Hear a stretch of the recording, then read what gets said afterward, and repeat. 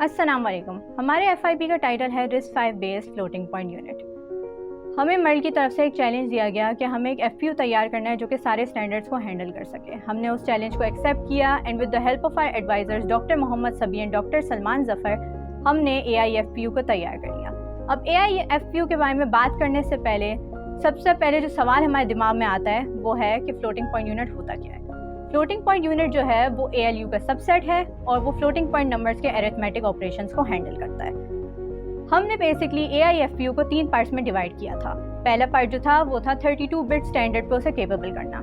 Second part था सारे standards पे केपेबल करना and the final part was to get the software verification and the hardware verification. Floating point unit की design और development as compared to an integer unit बहुत complex और difficult task है। Integer unit के लिए जो algorithms use होते हैं वो यूनिवर्सली कांस्टेंट हैं, सिंपल हैं और लिटरेचर में उनसे रिलेटेड बहुत ज़्यादा मटेरियल अवेलेबल है जिन्हें यूज़ करके आप इंटीजर यूनिट डेवलप कर सकते हैं। और फ्लोटिंग पॉइंट नंबर्स के लिए कहानी इसके बिल्कुल बरअक्स है, उनसे रिलेटेड लिटरेचर में बहुत ज़्यादा मटेरियल अवेलेबल नहीं है। तो अगर आपने एक फ्लोटिंग पॉइंट यूनिट डेवलप करना होता है तो एल्गोरिथम सारे खुद डेवलप करने होते हैं। फ्लोटिंग पॉइंट नंबर्स में डिफरेंट रेंजेस होती हैं, तो किसी भी एक अरिथमेटिक ऑपरेशन के लिए जो एल्गोरिथम रेडी होता है वो इन डिफरेंट रेंजेस के 4 से 5 एल्गोरिथम्स की एक यूनिफाइड फॉर्म का एल्गोरिथम होता है।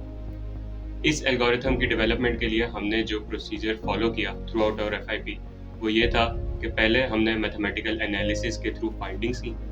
उन फाइंडिंग्स की बेसिस पे हमने डिफरेंट रेंजेस के लिए 4 से 5 एल्गोरिथम्स डेवलप किए और फिर उन 4 से 5 एल्गोरिथम्स को यूनिफाइड कर एक एल्गोरिथम रेडी किया जो पूरे ऑपरेशन के लिए काम कर सके। इस फाइनल एल्गोरिथम का हमने आर्किटेक्चर डेवलप किया और उस आर्किटेक्चर से at the end RTL develop किया गया। इस फाइनल अप्रोच को अपनाने से पहले हमने जो अप्रोच यूज़ की थी वो हम लिटरेचर पढ़ के काम कर रहे थे। लिटरेचर में क्योंकि ज़्यादा मटेरियल अवेलेबल नहीं है तो हमने एट द स्टार्ट सब नॉर्मल नंबर की रेंज अपने FPU में इनकॉर्पोरेट नहीं की, जिस वजह से जब हम टेस्टिंग के फेज़ में गए और हमें फीडबैक मिला तो हमारे FPU में बहुत बग्स आए और जब इस सब नॉर्मल नंबर की रेंज को हम इनकॉर्पोरेट करने गए अपने FPU में तो हमारे जितने भी एल्गोरिथम्स थे अप टिल दैट टाइम वो हमें सारे चेंज करने पड़े। सो दिस शोज़ कि अगर फ्लोटिंग पॉइंट नंबर में एक रेंज भी आपसे मिस हो जाए, चाहे वो बहुत छोटी भी हो, तो मोस्ट प्रोबेबली आपको अपने सारे एल्गोरिथम्स चेंज कर जाने पड़ते हैं, जिस वजह से फ्लोटिंग पॉइंट नंबर की डिज़ाइनिंग एक बहुत कॉम्प्लेक्स टास्क है। RTL की कंप्लीशन के बाद जो ऑब्वियस नेक्स्ट फेज़ है वो उसकी वेरिफिकेशन है कि जिसके लिए 2 प्रोसेसेस का इस्तेमाल किया जाता है, ओपन लूप मेथड और close loop method. Open loop method एक बेसिक फेज़ ऑफ टेस्टिंग तो हो सकता है लेकिन वो एक फॉर्मल वेरिफिकेशन मेथड हरगिज़ नहीं है। उसकी वजह यह है कि ओपन लूप मेथड के अंदर जो वेरिफिकेशन है वो मैनुअली की जा रही होती है, जो कि एक बहुत रिगरस टास्क है। दूसरा ये कि उसके अंदर चूँकि रैंडमली जनरेटेड नंबर्स अपने डिज़ाइन को स्टिमुलस नहीं दिए जा रहे होते तो प्रॉबेबल कॉर्नर केसेस पे जो डिज़ाइन के फेलियर्स हैं उन्हें हम कैच नहीं कर सकते। इसके लिए हमें क्लोज लूप टेस्टिंग की तरफ मूव करना पड़ता है कि जो एक फॉर्मल वेरिफिकेशन मेथड है। हमने अपने डिज़ाइन के लिए क्लोज लूप टेस्टिंग के लिए जो पाइथन का रूटीन इस्तेमाल किया उसका नाम CocoDB है। CocoDB के ज़रिए हम tens of thousands of randomly generated numbers को अपने डिज़ाइन को एज एन स्टिमुलस देते हैं और फिर ऑटोमेटिकली उनकी वेरिफिकेशन पाइथन के ज़रिए कर लेते हैं और फिर इस RTL को फॉर फर्दर स्टेजेस आगे कर दिया जाता है। सॉफ्टवेयर वेरिफिकेशन के बाद नेक्स्ट लेवल होता है हार्डवेयर वेरिफिकेशन, जिसमें अपने डिज़ाइन को हार्डवेयर लेवल पे वेरीफाइड कर रहे होते हैं थ्रू FPGA।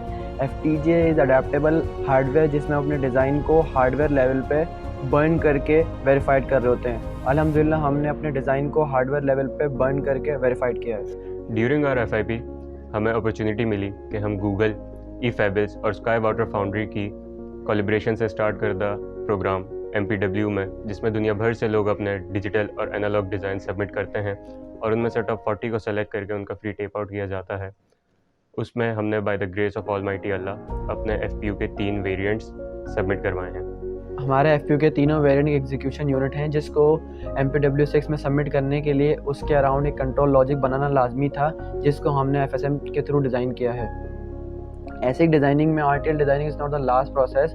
RTL डिज़ाइनिंग के बाद फिजिकल लेआउट किया जाता है जिसको मर्ल के कोलीग्स ने परफॉर्म किया है, जिस पर हम उनके तहे दिल से शुक्रगुजार हैं। मैं अपने ग्रुप के बिहाफ पे सबसे पहले शुक्रिया अदा करना चाहूँगा डॉक्टर रूमी का, डॉक्टर सलमान ज़फ़र का, इंजीनियर हमजा शब्बीर का for providing us the opportunity इसके साथ साथ नहायत शुक्रगुजार हूँ इंजीनियर वजील हसन का for leading the APR team और अपने तमाम उन मर्ड के कोलीग्स का कि जिन्होंने उनके अंडर काम किया इस डिज़ाइन की फ़िज़िकल लेआउट के लिए। मैं बेहद शुक्रगुजार हूँ डॉक्टर सदी का, डॉक्टर बिज़त और DHSY यूनिवर्सिटी की मैनेजमेंट का जिन्होंने हमें लॉजिस्टिकली और एडमिनिस्ट्रेटिवली बहुत ज़्यादा सपोर्ट किया ताकि हम अपना काम एक अच्छे इन्वायरमेंट में कर सकें। आखिर में मैं आप तमाम DHSY यूनिवर्सिटी के स्टूडेंट्स को इनवाइट करूँगा कि आएँ मर्ड लैब को ज्वाइन करें ताकि हम एक साथ मिलकर पाकिस्तान को एक इंडिपेंडेंट एसिक डिज़ाइन स्टेट की तरफ ले जा सकें।